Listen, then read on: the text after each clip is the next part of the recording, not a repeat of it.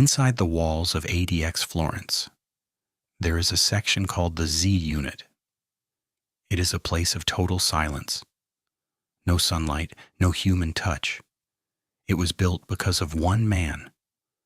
A man who managed to kill a guard while his hands were handcuffed behind his back. When the guards found his cell, it wasn't just a crime scene, it was a message. In the next 10 minutes, we are going inside the minds of the men who forced the U.S. government to build supermax prisons. These aren't just criminals. They are the reason the most secure buildings on Earth exist. Thomas Silverstein. If you want to know why American prisons became so strict, you start with him. In 1983, Silverstein was already in a high-security prison. He was walking down a hallway escorted by guards. He was cuffed. But as he passed another inmate's cell, something happened that shouldn't be possible. The other inmate slipped him a key and a knife. In seconds, Silverstein was free. He attacked Officer Merle Klutz. He didn't just kill him. He did it with a level of violence that changed the law. Because of this one walk down a hallway, the government decided that regular prison wasn't enough. They needed something darker. Robert Stroud. You might know him as the Birdman. The movies made him look like a genius who loved animals. The reality was much worse. Stroud was a predator.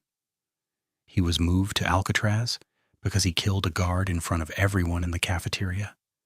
He spent 54 years in solitary confinement. Why? Because every time he was around people, someone ended up hurt. He used his intelligence to study how to hurt people more effectively. And he didn't want to be a better person. He wanted to be the most feared man in the room. Even at 70 years old, guards were told, never open his door alone. Carl Panzram. He didn't have a gang. He didn't have a plan. He just had hate.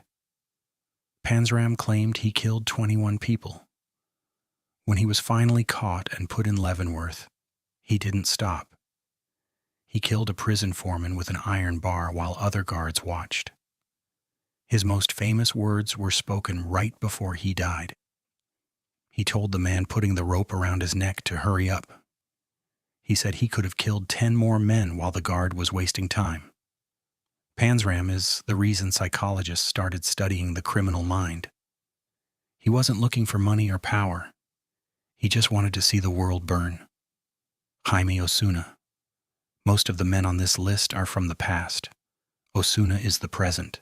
He is covered in tattoos that look like a mask. In 2019, he was in a cell with another man.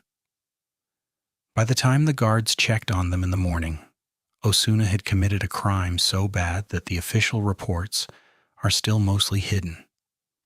He used a small, sharp piece of metal to do the impossible. He didn't just kill his cellmate, he took him apart. He made a necklace out of parts of the victim. When the guards asked him why, he just smiled. He is currently in a psychiatric prison, but even there, he is kept away from every other living soul.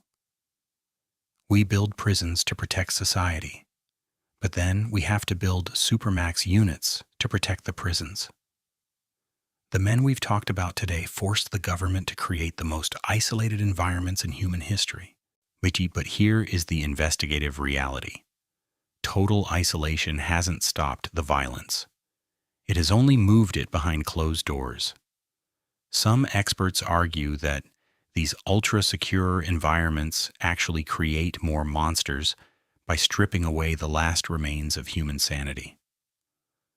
Others say that for these specific men, there was never any other choice. The walls didn't change them, they only contained them. Quick question. In our effort to contain the most dangerous people on Earth, have we created a system that is just as cold and broken as the men inside it? Let us know what you think in the comments.